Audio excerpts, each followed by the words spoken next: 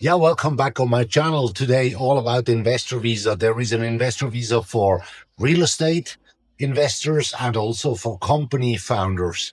And in this video, I will explain you everything you need to know. So be curious and stay tuned.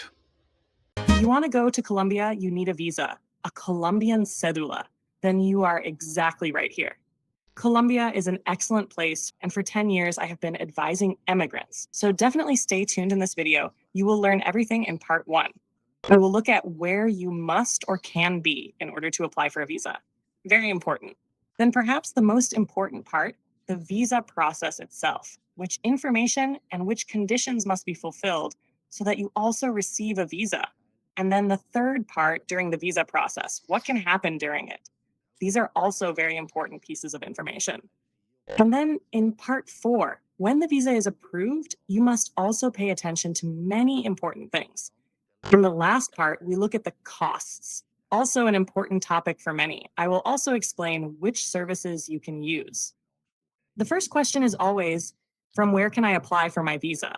Do I have to be in my home country, or is it possible? Otherwise, the answer is both are possible.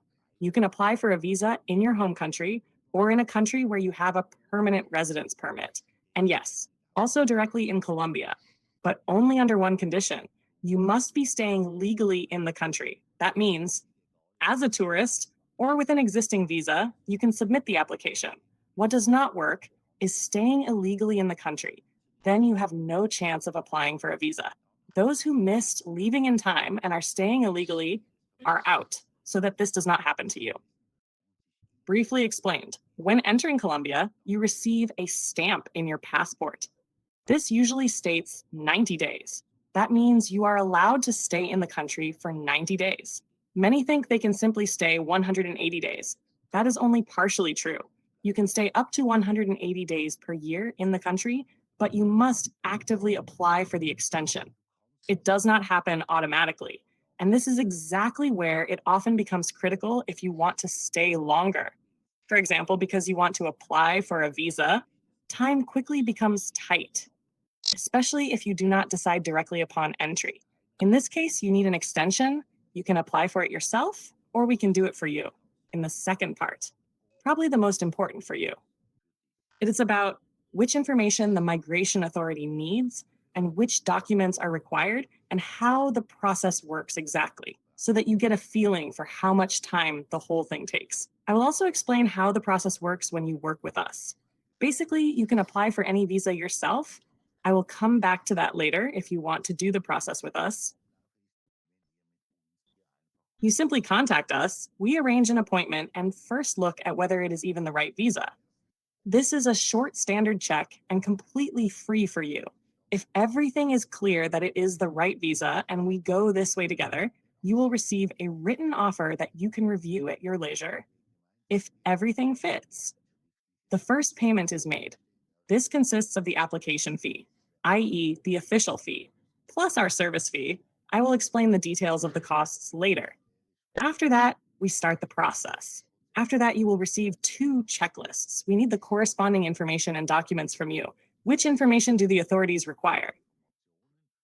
Yes, the Colombian authorities don't ask for anything unusual.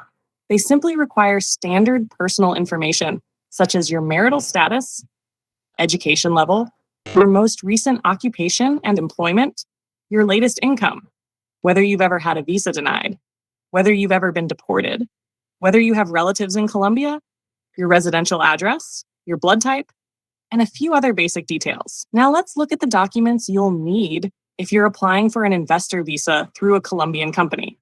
As I mentioned earlier, there are 2 main investor visa options. One is based on establishing or investing in a Colombian company, and the other is based on purchasing real estate. We'll cover the real estate option in just a moment.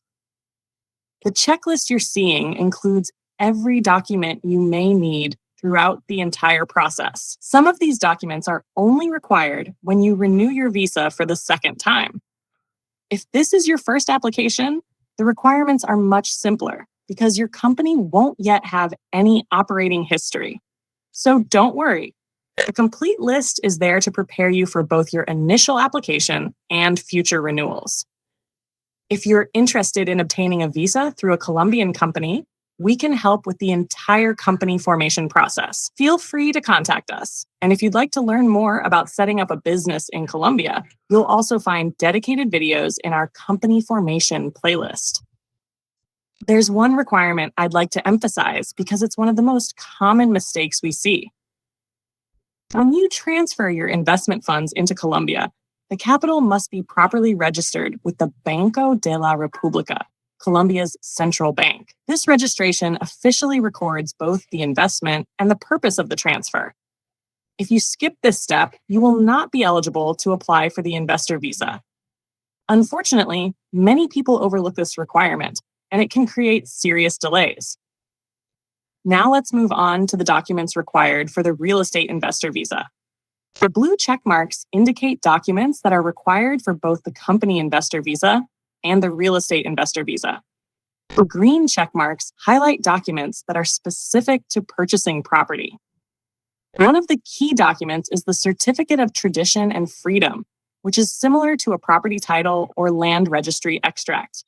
This document proves ownership of the property and is issued in Colombia. Once again, you'll also need proof that your investment funds were properly registered with the Banco de la República. Your Colombian bank can often assist with this process, or we can handle it for you. This registration confirms the source of the funds and the purpose of the international transfer. This certificate is absolutely essential. Without it, your investor visa application cannot be approved. Now let's talk about the investment amounts. If you're applying for an investor visa through a Colombian company, you must invest the equivalent of 100 Colombian monthly minimum wages, which translates to approximately $50,000, depending on the exchange rate at the time of your investment. If you're applying through a real estate investment, the required investment is significantly higher. The property investment must equal at least 350 monthly minimum wages, which is approximately $175,000, again, depending on the current exchange rate. As you can see, there's a substantial difference between these two investor visa categories. The real estate option requires more than 3 times the investment of the company investor visa. The good news is that you don't have to invest the entire amount in a single property. If you prefer, you can spread the investment across multiple properties as long as the total investment meets the required threshold, so that you do not run into time problems. Start organizing the documents 2 to 3 months in advance.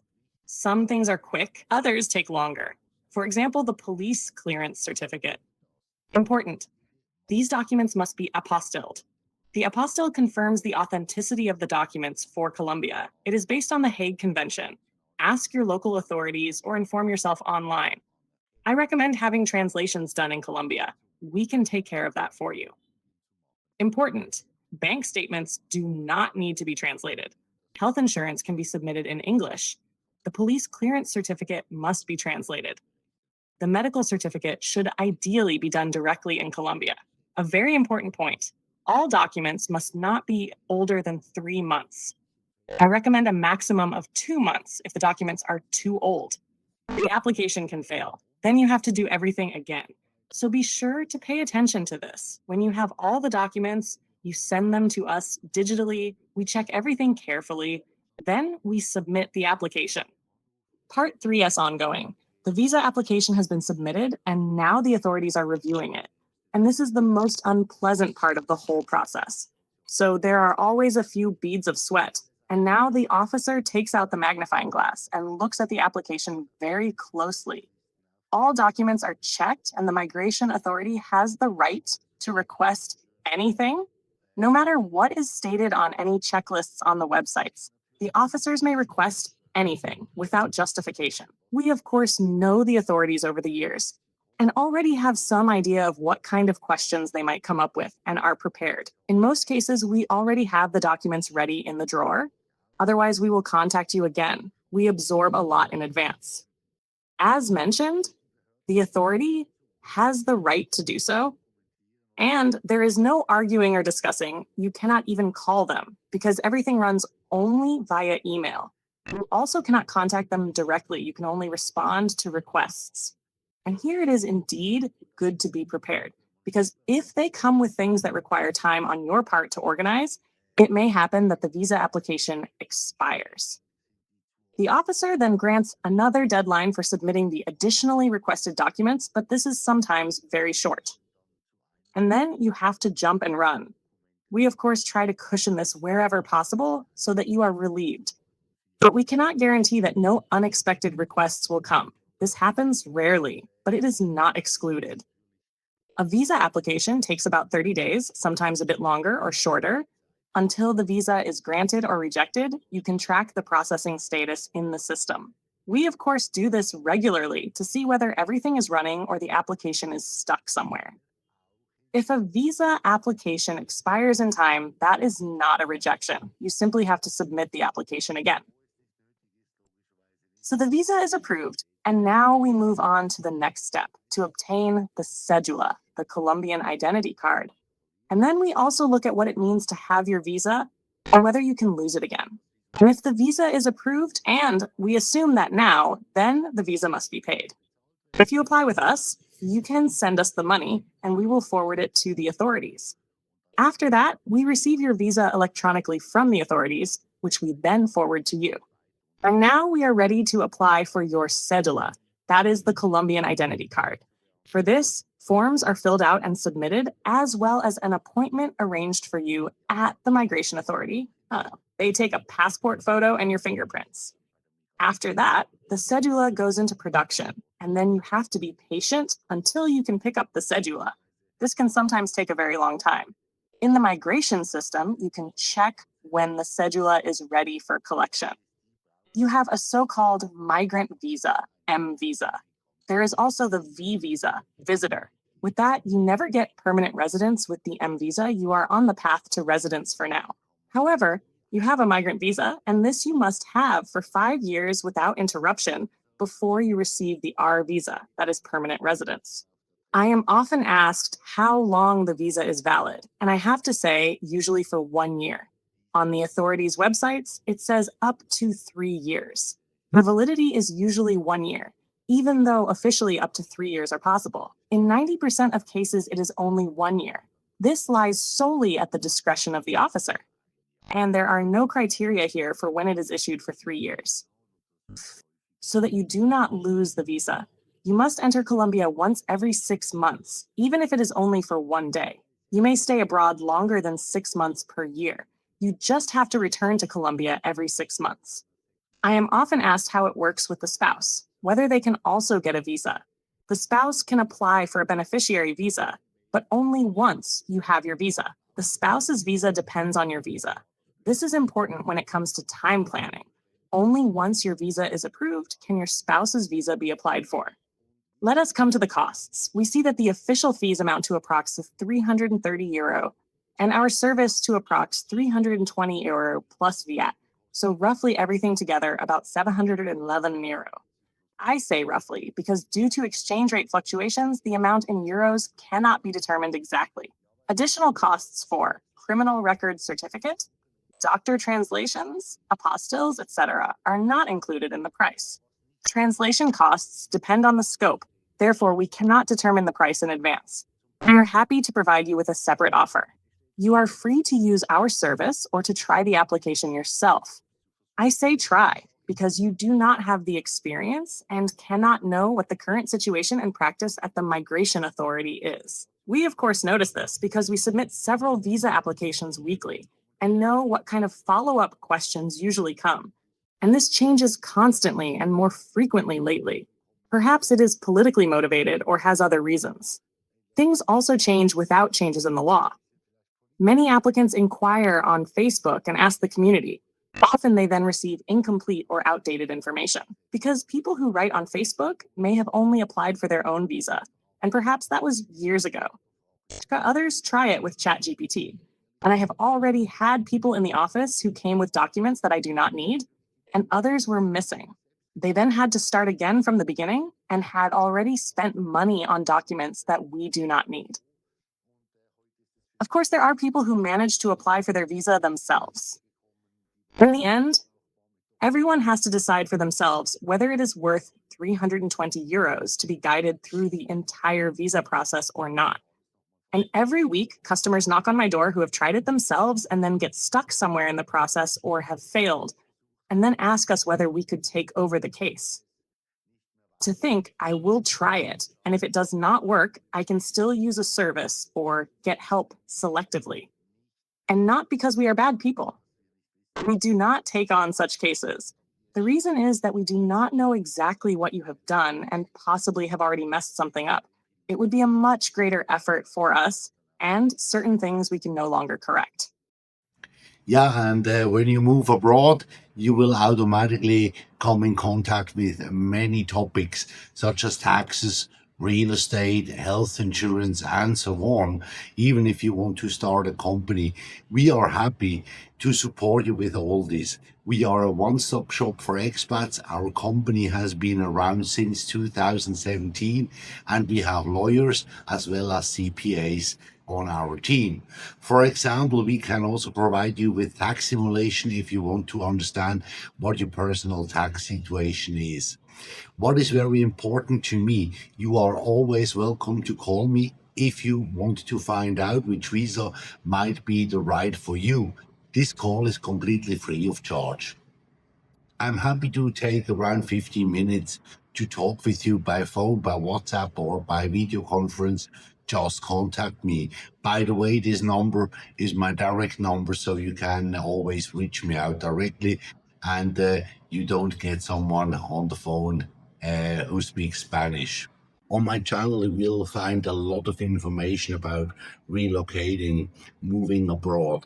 I have created dedicated playlists for this, including one playlist with all videos in English. My channel is mainly in German, but I regularly publish content in English as well. For about 2 months now, YouTube has also been automatically synchronizing my German videos into English.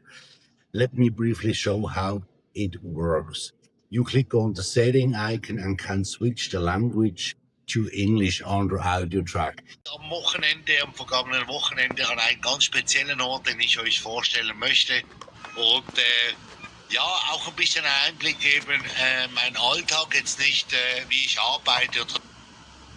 Would be too boring. But I was able to fulfill a dream I've always wanted here. I like to play chess, that much I'll tell you. Important to know, my German videos are usually only available in synchronized English about 2 weeks after they are published in German, so be please a little bit patient. At the same time, I will continue to publish all important professional information directly in English on this channel. So it's definitely worth to subscribe. Just activate the bell so you don't miss anything about taxes, visa, health insurance, real estate, as well as the country and its people. We have an office in Medellin and as well in Santa Marta, but we support our clients throughout the entire country. If you are still in your home country, we can handle everything via phone or video conference, so absolutely no problem. Do not hesitate to contact me. Make sure to visit my website as well. Everything is shown here. The phone number displayed is my direct number. You can communicate with me in English, German, or Spanish. We also do not have so-called gringo prices. That means inflated prices for foreigners. As a one-stop shop, we are focused on building long-term and trustworthy business relationships. With that being said, I wish you all the best and I hope to see you in the next video and all the best for your relocation plans. So see you soon. Bye bye.